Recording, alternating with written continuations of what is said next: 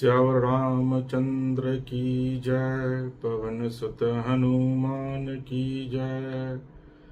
बोलिए महादेव माँ पार्वती की जय। जय जय स्वागतम भक्तजनों। आज जिस प्रसंग की चर्चा मैं आपके समक्ष कर रहा हूँ वह माता सबरी जी से जुड़ा हुआ प्रसंग है। और आप लोग ये जानते होंगे कि अक्सर ये किंवदंती है कि प्रभु ने माँ सबरी का जूठा बेर जो है वो खाया था और माँ चक चक करके बेर जो है वो प्रभु को खिला रही थी। तो आज इसी प्रसंग की चर्चा मैं करूँगा, लेकिन उसके पहले स्वस्ते श्री गणेशाय नमः, श्री सरस्वत्यै नमः, श्री परमात्मने नमः। श्री जानकी वल्लभो विजयते राम, श्री राम कथा रस रसिक प्रभु शंभुनाथ हनुमान। प्रेम सहित आसन धरऊं, सुनऊं कथा गुण गान। श्यावर रामचंद्र भगवान की जय। श्री सीताराम समारम्याम, श्री रामानंदा मध्यमा, अस्मदाचार्य पर्यंताम वंदे श्री गुरु परंपराम। श्री सद्गुरु भगवान की जय।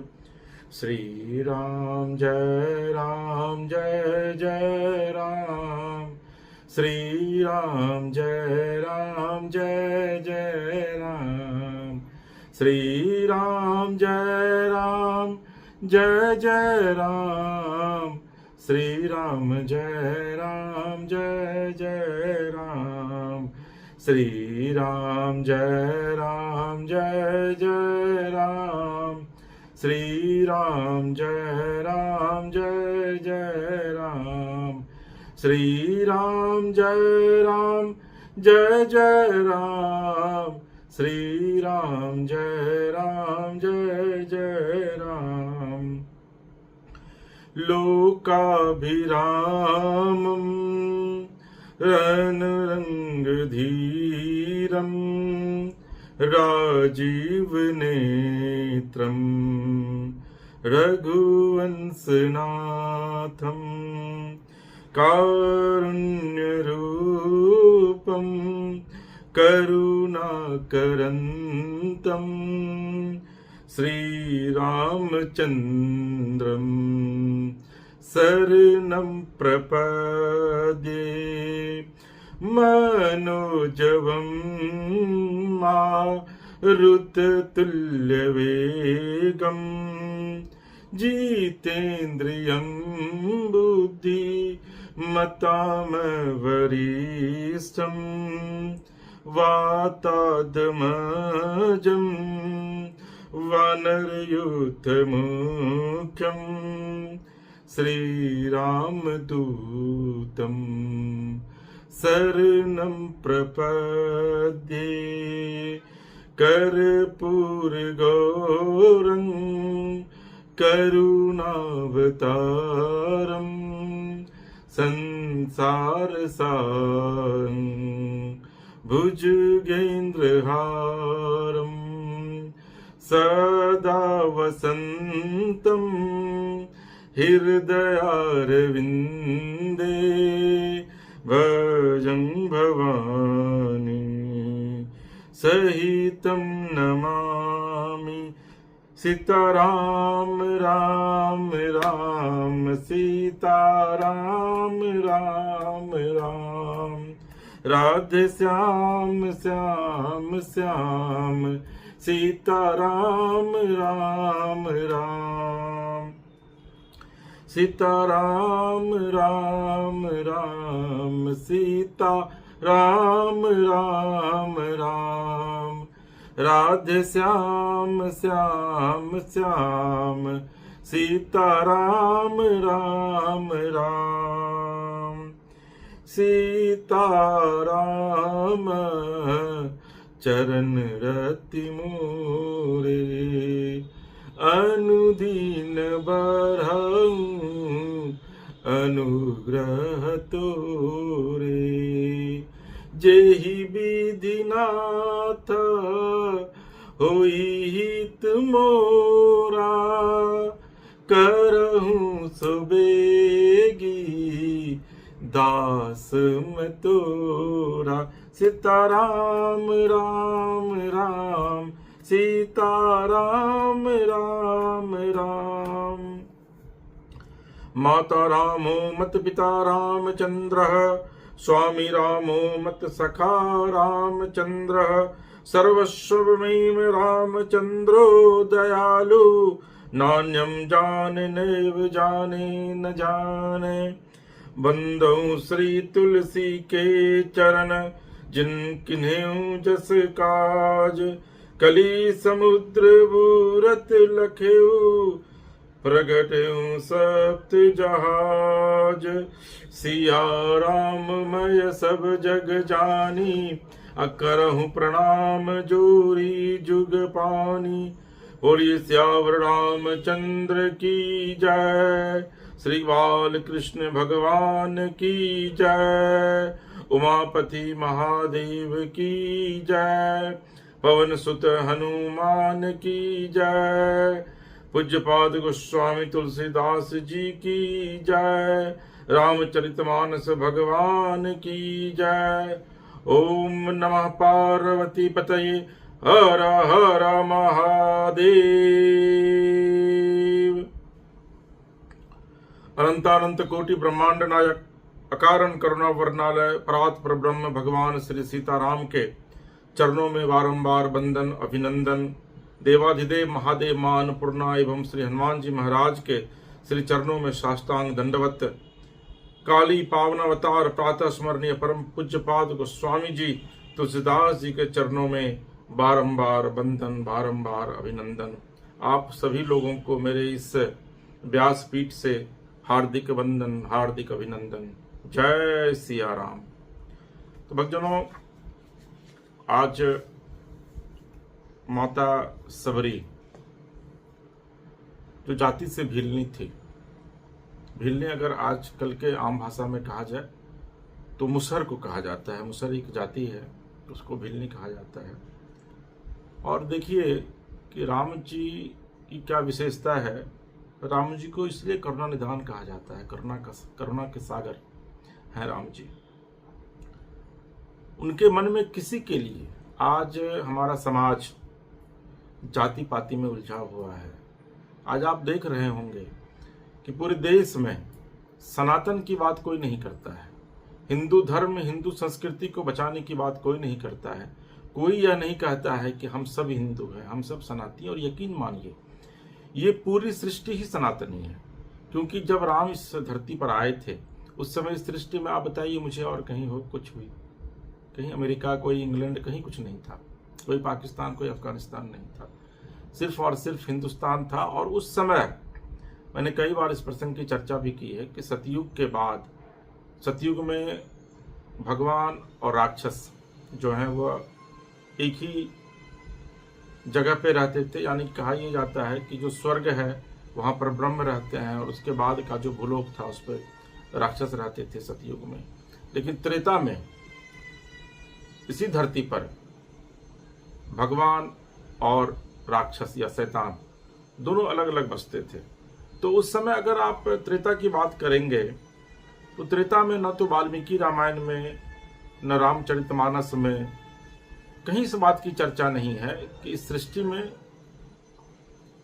दूसरा भी कोई धर्म था, दूसरा भी कोई देश था। यही वजह है कि सनातन जो शब्द है अपने आप में वो काफी व्यापकता लिए हुए है। जिस सनातन विषय कहा जाता है जिसका ना आदि है ना अंत है, वही सनातन है। तो आप अंदाजा लगाइए कि उस समय भगवान राम जब राजा के तौर पर थे और राजपुत्र थे, जब वो वन में गए थे उस समय भी वो राजपुत्र थे। लेकिन उसके बावजूद जाकर के वो निषाद राजगुह से मिलते हैं, उनके मित्र हैं, उनको हृदय लगाते हैं, निषाद राज जी को हृदय लगाते हैं, माता सबरी के पास जाते हैं, माता सबरी को भी प्रणाम करते हैं प्रभु, उनके दिए हुए फल फूल को वो खाते हैं। लेकिन आज देख लीजिए आप कि आज जाति पाति में किस तरीके से समाज को ये जो देश के राजनेता हैं वो बांट रहे हैं। अंदाजा लगाइए कि जिस समय इस देश में अंग्रेज का साम्राज्य था उस समय कहाँ जाति पाति थी। उस समय तमाम लोग हिंदू थे और सभी हिंदू एक मंच पर आकर के इस देश की आज़ादी के लिए लड़ाई लड़ी। कितने लोगों ने अपने प्राणों की कुर्बानी दी, कितने लोग शहीद हुए। उसके बाद जाकर के ये भारत जो है वो अपनी पुरानी परंपरा को जो खो चुका था मुगल साम्राज्य में, जो अंग्रेज के साम्राज्य में जिसको खो चुका था ये भारत, उसको फिर से पुनर्स्थापित किया गया। लेकिन आज वही राजनेता किस तरीके से जाति पाति में समाज को बांट रहे हैं। तो सबसे पहले मेरा आप सभी लोगों से विनम्र आग्रह है कि मां सबरी के इस प्रकरण को सुनिए। आपको यह सीख मिलेगी कि इस देश में भारत जो हमेशा धर्म में ही रत रहता है, लगा रहता है, वहां पर जाति पाति, आपसी वैमनस्यता, भेदभाव ये नहीं होना चाहिए। और अगर ये हो रहा है तो ये राजनेता अपनी कुर्सी के लिए कर रहे हैं और हम लोग लगातार कमजोर होते जा रहे हैं। मैं किसी धर्म की चर्चा नहीं करूंगा, लेकिन आज आप दूसरे धर्म को देख लीजिए कि वहां पर क्या स्थिति है। आप किसी दूसरे धर्म के विषय में अनर्गल बयानबाजी कीजिए, अनर्गल प्रलाप कीजिए, तो फिर देख लीजिए वो आपके साथ कैसा करेंगे। लेकिन ये सनातन धर्म, ये हिंदू धर्म ऐसा है और हिंदू इतने कमजोर हो चुके हैं इस देश में, जिसकी इच्छा होती है उस धर्म को गाली देकर चला जाता है। इस धर्म को बचाने के लिए कोई तैयार नहीं है, जबकि धर्म ही कहता है कि धर्मो रक्षति रक्षिता। जो धर्म की रक्षा करेगा धर्म उसकी रक्षा करेगा। इसलिए मेरे भक्तजनों, मेरे साथियों, जो भी सनातनी भाई हैं, जो भी हिंदू भाई हैं, वो इस चीज़ को आज गांठ बांध लीजिए कि हम लोग जाति पाति में खुद को न बांटें, हम लोग जाति पाति में बांट कर लड़ाई न लड़ें और खुद को कमजोर न करें। चलिए, तो रामायण के अरण्य कांड में, रामचरितमानस जो तुलसीदास जी ने लिखा है उसके अरण्य कांड में मैं जिस प्रसंग की चर्चा कर रहा हूँ वह माता सबरी से जुड़ा हुआ प्रसंग है कि प्रभु किस तरीके से सबरी के पास जाते हैं। जब वो एक राक्षस थे, कबंध राक्षस, उनको जब उन्होंने मुक्ति दी और उसके बाद फिर जब वो आगे बढ़ते हैं तो उसके बाद के प्रसंग की चर्चा यहाँ पर तुलसीदास जी ने की है अरण्य कांड में। ताही दे गति राम उदारा, सबरी के आश्रम पगुधारा। सबरी देखी राम गृह आए, मुनि के बचन समुझी जिय भाई। तो सबरी जी के जो गुरु जी थे उनका नाम था मतंग, ऋषि मतंग। उदास श्री राम जी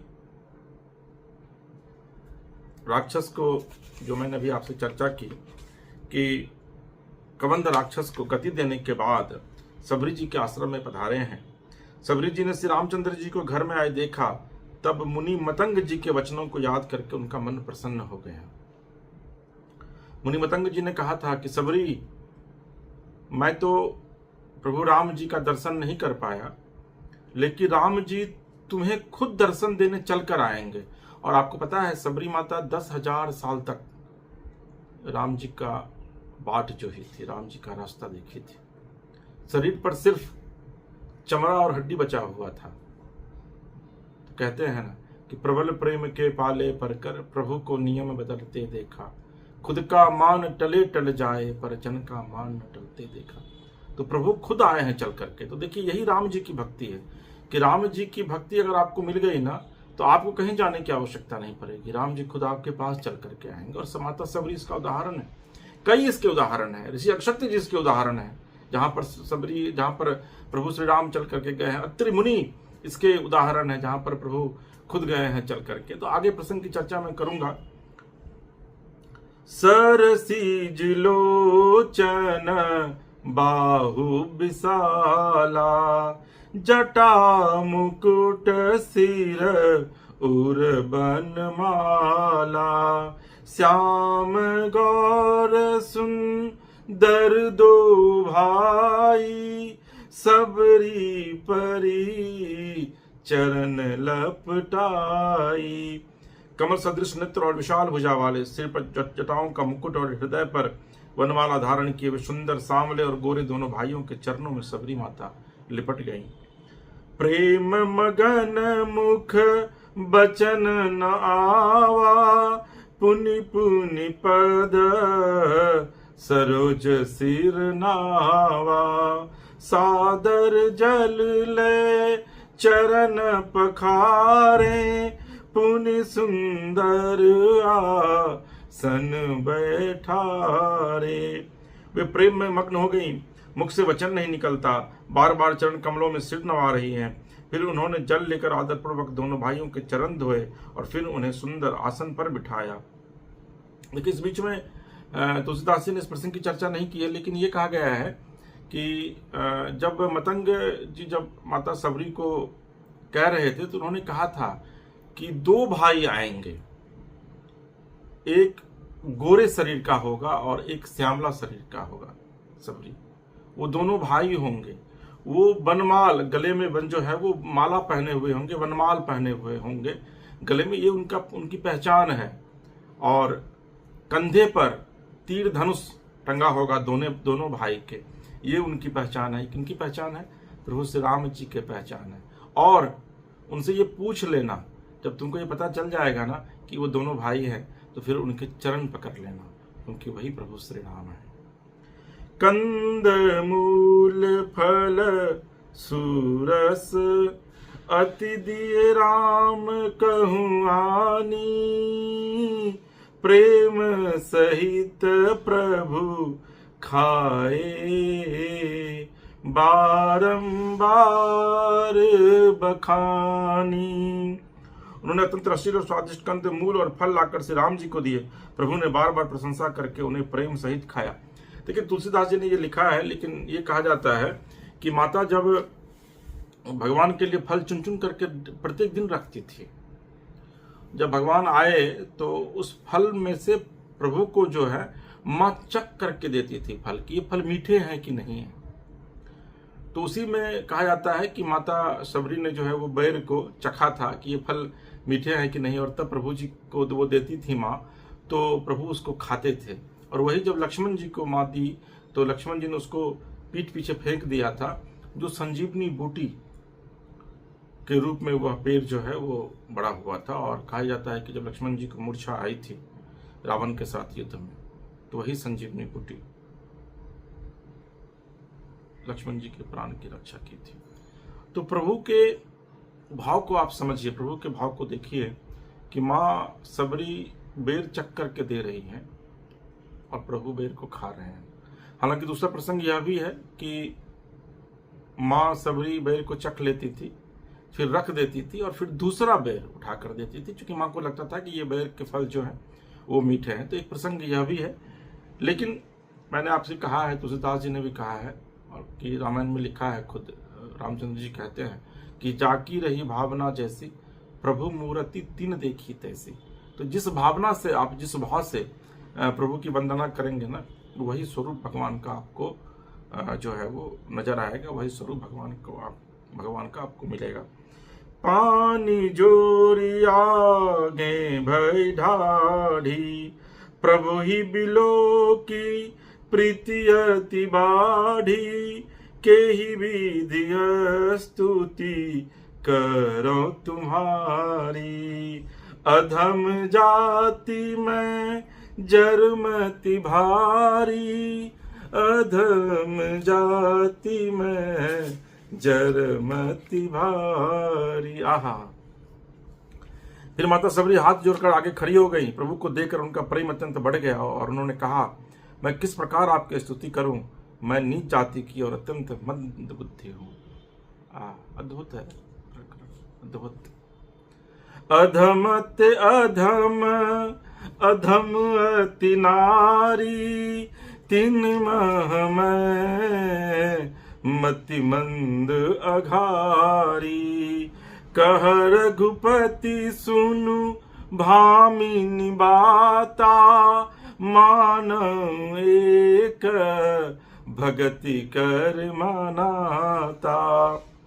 जो अधम से भी अधम है, स्त्रियां उनमें भी अत्यंत अधम है, और उनमें भी हे पापनाशन मैं मंद बुद्धि हूँ, ये माँ सबरी कहती हैं। श्री रघुनाथ जी ने कहा, हे भामिनी मेरी बात सुन, मैं तो केवल एक भक्ति ही का संबंध मानता हूँ, दूसरा कोई संबंध नहीं मानता हूँ। इसलिए कहा गया है ना, भक्त का भगवान से जो संबंध है ना, और भगवान का जो भक्त से संबंध है, वो सिर्फ भगवान ही जानते हैं और वो भक्त ही जानता है। ठीक है ना, जो प्रभु के नाम में दिन रात लगा हुआ है। तो प्रभु कहते हैं माता सबरी से कि मैं तो सिर्फ भक्ति को ही अपना संबंध मानता हूं माते। जाति पाति कुल धर्म बराई, धन बल परिजन गुण चतुराई, भगतिहीन नर सोहै कैसा, बिनु जल बारिद देखिय जैसा। जाति पाति कुल धर्म बड़ाई, धन बल कुटुंब गुण और चतुरता, इन सब के होने पर भी भक्ति से रहित मनुष्य कैसा लगता है, जैसे जलहीन बादल शोभाहीन दिखाई पड़ता है। नवधा भगति कहूं तो ही पाही, सावधान सुनु धरु मन माही। प्रथम भगति संतन कर संगा, दूसरी रति मम कथा प्रसंगा। मैं तुझसे अपनी नवधा भक्ति कहता हूँ, तू सावधान होकर सुन और मन में धारण कर। पहली भक्ति है संतों का सत्संग, दूसरी भक्ति है मेरे कथा प्रसंग में प्रेम। देखिए नवधा भक्ति जो है वो माता सबरी को प्रभु राम ने दी थी, और मतंग ऋषि ने कहा था माता सबरी से कि नवधा भक्ति के जो 9 प्रकार है ना, ये प्रभु राम जी से लेना। तो वही देखिए राम जी जो है वो नवधा भक्ति माता को दे रहे हैं। गुरुपद पंकज सेवा, तीसरी भगति अमान, चौथी भगति मम गुणगना, करई कपट तजी गान। तीसरी भक्ति अभिमान रहित होकर गुरु के चरण कमलों की सेवा, और चौथी भक्ति यह है कि कपट छोड़कर मेरे गुण समूहों का गान करें। यानी कि गुरुओं की सेवा जो है, गुरु के चरण कमल की सेवा, ये भगवान की तीसरी भक्ति है। और चौथी भक्ति है कि आप कपट को त्यागिए और प्रभु के गुणों को गाइए, ये चौथी भक्ति है। मंत्र जाप मम दृढ़ विश्वासा, पंचम भजन सो वेद प्रकाशा, छठ दम शील बिरति बहु कर्मा, निरत निरंतर सजन धर्मा। मेरे राम मंत्र का जाप और मुझ में दृढ़ विश्वास, यह पांचवी भक्ति है। मैं आगे आपको बताऊंगा कि राम जी के नाम का महत्व क्यों है, और इस सृष्टि में जितने भी भगवान के नाम है उस सब नाम में सबसे ज्यादा जो पावरफुल नाम है वो राम का ही नाम है। वो क्यों है, वो नारद जी का प्रसंग है, वो मैं सुनाऊंगा आपको। ये जो वेदों में प्रसिद्ध है। छठी भक्ति है इंद्रियों का निग्रह, शील यानी कि अच्छा स्वभाव या चरित्र, बहुत कार्यों से वैराग्य और निरंतर संत पुरुषों के धर्म आचरण में लगे रहना, यह मेरी छठी भक्ति है। तो पांचवी भक्ति राम जी का नाम है, तो राम जी का नाम हमेशा लेते रहिए।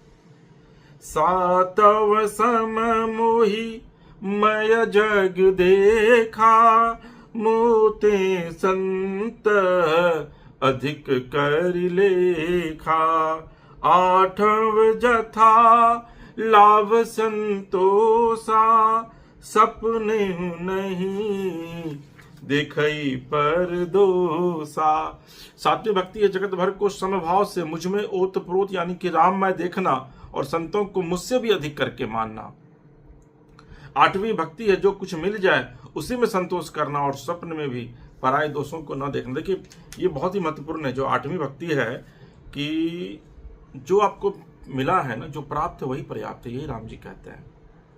तो जो मिला है उसमें संतोष कर लीजिए, और जब संतोष कर लीजिएगा ना तो फिर सुख मिलेगा। लिस्ट हमेशा यह बनाइए कि आपके पास क्या क्या चीज है, लिस्ट इसका मत बनाइए कि आपके पास क्या क्या चीज नहीं है, तो बड़ी प्रसन्नता होगी और आपको लगेगा कि दाता ने बहुत दे दिया है आपको। और दूसरा जो है कि स्वप्न में भी दूसरे की निंदा, दूसरे के दोष को नहीं देखना चाहिए, ये स्वयं राम जी ने कहा है। तो इसीलिए न किसी की शिकायत कीजिए, न किसी की निंदा सुनिए, बड़ा पाप लगता है इसमें। अब अगर आप प्रभु को मानते हैं, रामायण को मानते हैं, तो ये राम जी का कहा हुआ है। नवम सरल सब सन छल हीना, मम भरोस हिय हरस न दीना। नभ महु एकौ जिनके होई, नारी पुरुष सचराचर कोई। नवी भक्ति है सरलता और सबके साथ कपट रहित बर्ताव करना, हृदय में मेरा भरोसा रखना और किसी भी अवस्था में हर्ष और दैन्य यानी कि विषाद का न होना। इन नवों में से जिनके एक भी होती है, वह स्त्री पुरुष जड़ चेतन कोई भी हो। देखिए, नवी भक्ति सरलता है, लेकिन सरल हो जाना जितना कहना सरल है उतना सरल नहीं है। अगर जीवन में सरलता आ गई और आप अगर सरल हो गए ना, तो उसी दिन भगवान की भक्ति मिल जाएगी।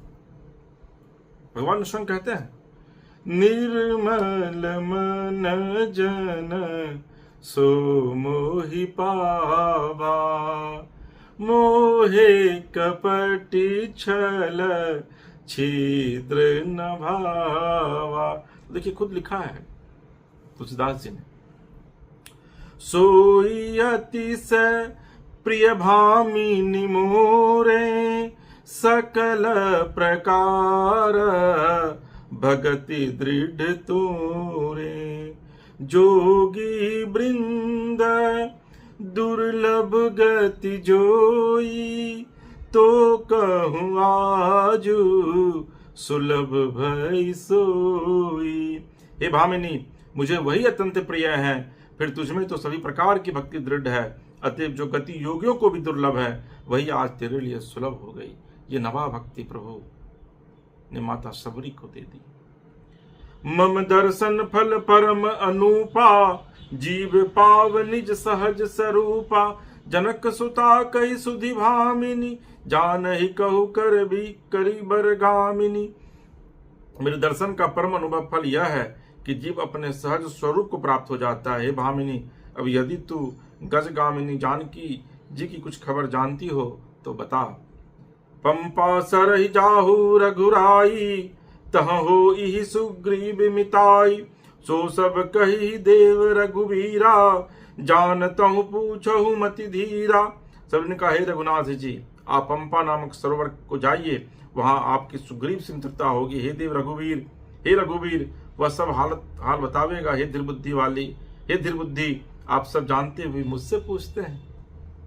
तो पंपा सरोवर बेसिकली रामचंद्र जी इसलिए गए थे माँ सबरी के पास। प्रभु तो सब कुछ जानते हैं, प्रभु जानत सब बिनहु जनाई, बिनही जनाई।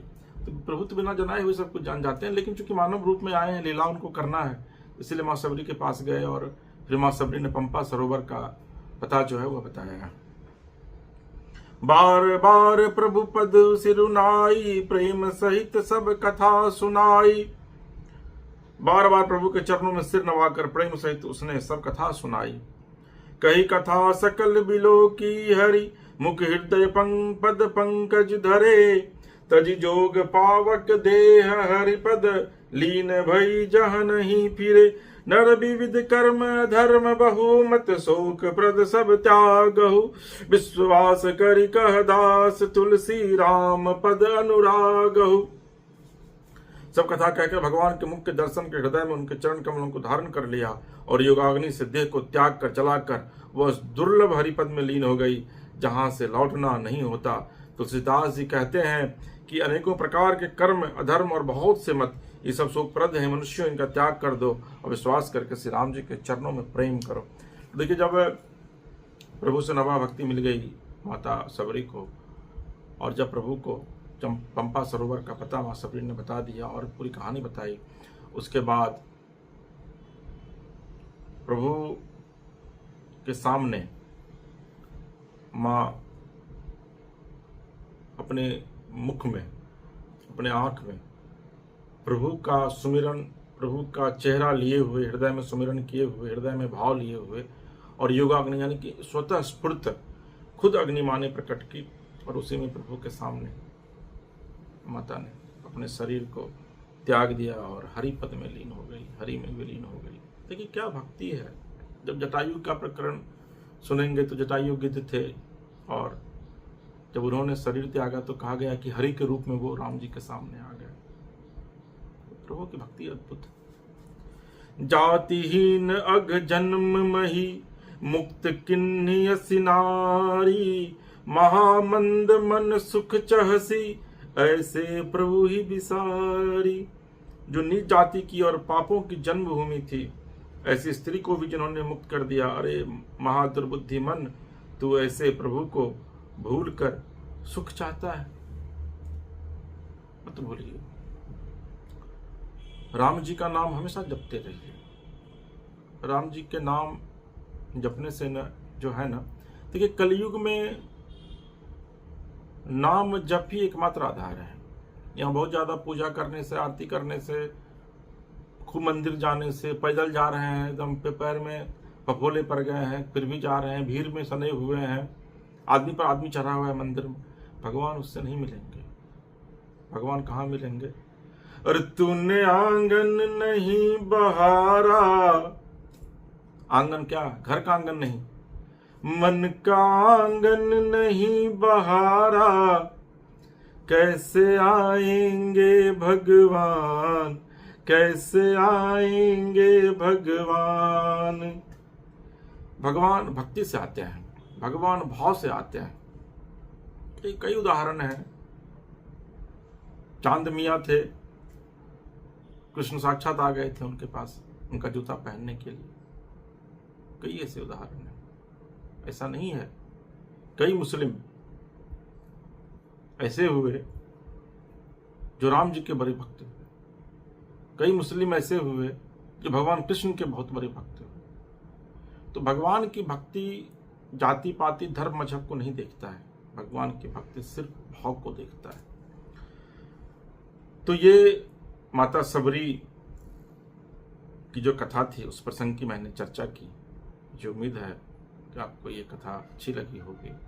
अगर आपको कथा अच्छी लगे तो आप मानस कथा रामायण को सब्सक्राइब कीजिए, लाइक कीजिए, शेयर कीजिए, कमेंट बॉक्स में जाकर कमेंट कीजिए। और अगर आप अपने इलाके में प्रभु श्री राम जी की कथा करवाना चाहते हैं तो नीचे नंबर दिया गया है, उस नंबर पर आप संपर्क कर सकते हैं। तो बोलिए सियावर रामचंद्र भगवान की जय।